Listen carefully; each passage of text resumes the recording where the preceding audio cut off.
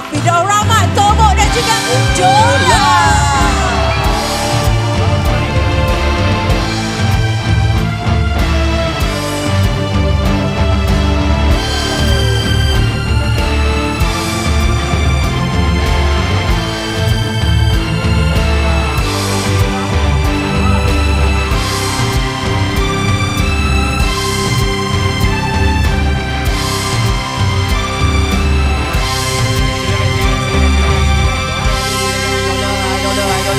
Tomok, brother, Mamin.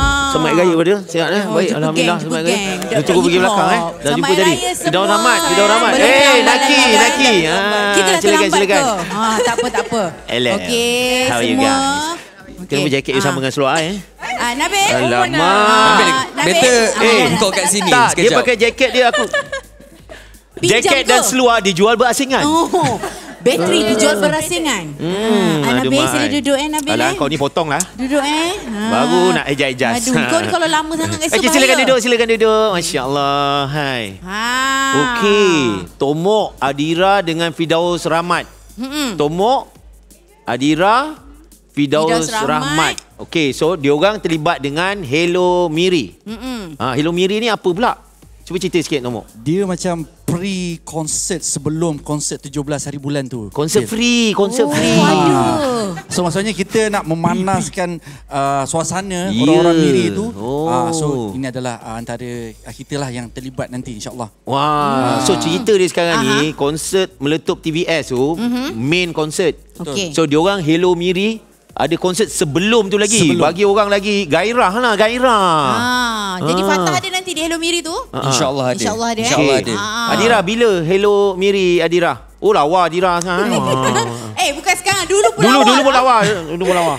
Apa soalan tadi? Terus lupa Nabil. Kau tak boleh kena puji pula. Kita terus lupa Nabil.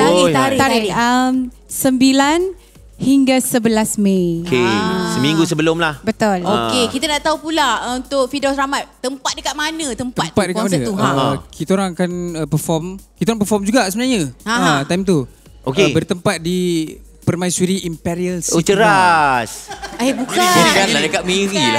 Kat Miri. Kat Miri lah. Permaisuri Imperial City Mall Miri. Yes. Dan pengacara pada malam tu ada Munabela dengan Keanu. Bukan Keanu Reeves, Keanu Azman. Okey. Dola. Okey, akan ada juga. Jadi apa kelainan untuk konsert kali ni? Untuk Dola sendiri. Kali ni ada surprise sebenarnya. Dia tak sabarnya. So, I rasa ada hint-hint dah keluar dah. Yang kita orang akan keluarkan lagu baru. Lagu baru?